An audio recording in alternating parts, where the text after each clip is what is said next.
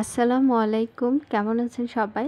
আজকে আমি আপনাদের সাথে শেয়ার করব বারবিকিউ রেসিপি। শীত চলে আসছে, তাই বারবার বারবিকিউ রেসিপিটা করতে মন চায়। তাছাড়া আমার বাচ্চারা খুবই পছন্দ করে চিকেন বারবিকিউ রেসিপি। তাই আমিও ফাইনালি বারবিকিউ চিকেন রেসিপিটা করে ফেললাম। আর ট্রাস্ট মি, যে চিকেন বারবিকিউটা করেছি সেটা খেতে খুবই অস্থির ছিল।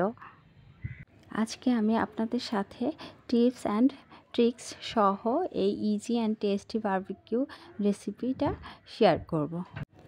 আজকে আমি গ্যাসের চুলাতেই খুব সহজেই চিকেন বারবিকিউ রেসিপিটা তৈরি করে নিয়েছি। গ্যাসের চুলাতেই যে কোনো পাত্র, তাওয়া বা ফ্রাই প্যানেই তৈরি করে নেওয়া যাবে খুব সহজেই বারবিকিউ রেসিপিটা।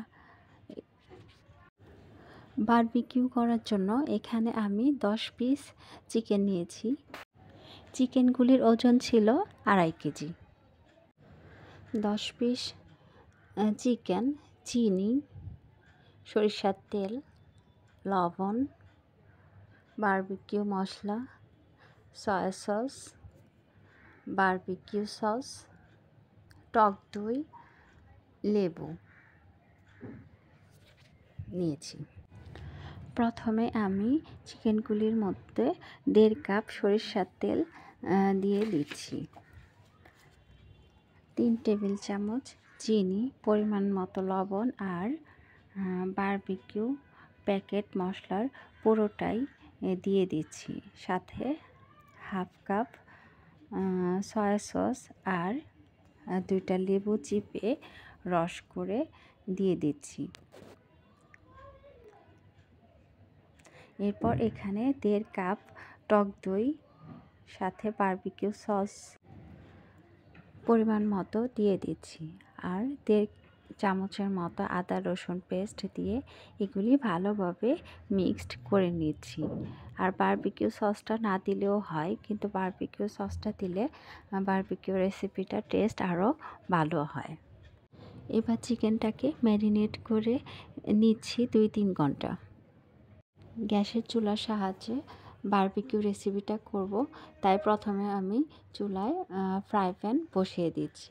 এরপর ফ্রাই প্যানটা গরম হলে এখানে পরিমাণ মতো তেল দিয়ে দিচ্ছি। তেলটা দিয়ে এরকম ব্রাশের সাহায্যে ভালোভাবে তাওয়ার মধ্যে মিশিয়ে নিতে হবে, যাতে চিকেনগুলি লেগে না যায়। আর তেলের পরিমাণটাও খুব অল্প দিতে হবে। তেলটা গরম হয়ে আসছে, এখন আমি একে একে ফ্রাই প্যানে চিকেনগুলি দিয়ে দিচ্ছি। যেহেতু গ্যাসের চুলায় ফ্রাই প্যানে চিকেন বারবিকিউ রেসিপিটা তৈরি করছি, তাই ঢাকনা দিয়ে আমি চিকেনগুলি ঢেকে দিচ্ছি। তবে এখানে আপনাদের খেয়াল রাখতে হবে চুলার আঁচটা যেন একদম লো হিটে থাকে, না হলে চিকেনের উপরের লেয়ারটা পুড়ে যাবে, ভিতরটা কিন্তু প্রপারলি কুক হবে না। আর অল্প সময় পর পর চিকেনটাকে উল্টিয়ে দিতে হবে, যাতে চিকেনগুলি লেগে না যায়। চিকেনগুলি উল্টিয়ে দেওয়ার পর আমি আবারও ঢাকনা দিয়ে ঢেকে চিকেনগুলি কয়েক মিনিটের জন্য এভাবে রান্না করে নিচ্ছি। ঢাকনাটা উঠিয়ে আবারও চিকেনটাকে উল্টিয়ে দিচ্ছি। কিছুক্ষণ পর পর বাটার লাগিয়ে দিতে হবে, যাতে করে চিকেনটা ড্রাই হয়ে না যায়। আপনারা চাইলে বাটারের পরিবর্তে সরিষার তেলও ইউজ করতে পারেন। যদি আপনাদের ঘরে বাটার না থাকে তাহলে আপনারা সরিষার তেলটা ইউজ করবেন। আমার কাছে বাটার ছিল, তাই আমি বাটারটাই ইউজ করলাম। আর বাটারের মধ্যে আমি কয়েক কোয়া রসুনের কুচি অ্যাড করে দিয়েছি। এরপর চিকেনগুলি আমি আবারও উল্টিয়ে 2-3 মিনিট রান্না করে নিচ্ছি।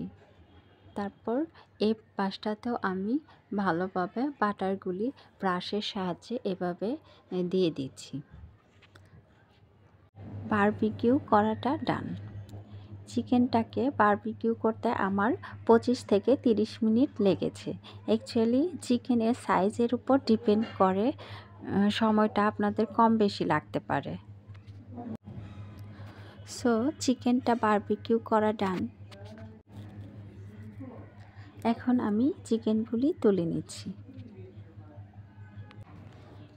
চিকেন বারবিকিউ হতে না হতেই আমার 2 ছেলে খাওয়ার জন্য বসে আছে।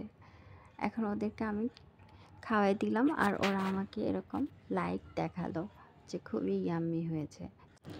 সো গাইস, এই বারবিকিউ রেসিপিটা যদি আপনাদের ভালো লেগে থাকে অবশ্যই লাইক করবেন আর আপনাদের ফ্যামিলি অ্যান্ড ফ্রেন্ডসদের সাথে শেয়ার করবেন আর সাবস্ক্রাইব করবেন। সবাই ভালো থাকবেন। আল্লাহ হাফেজ।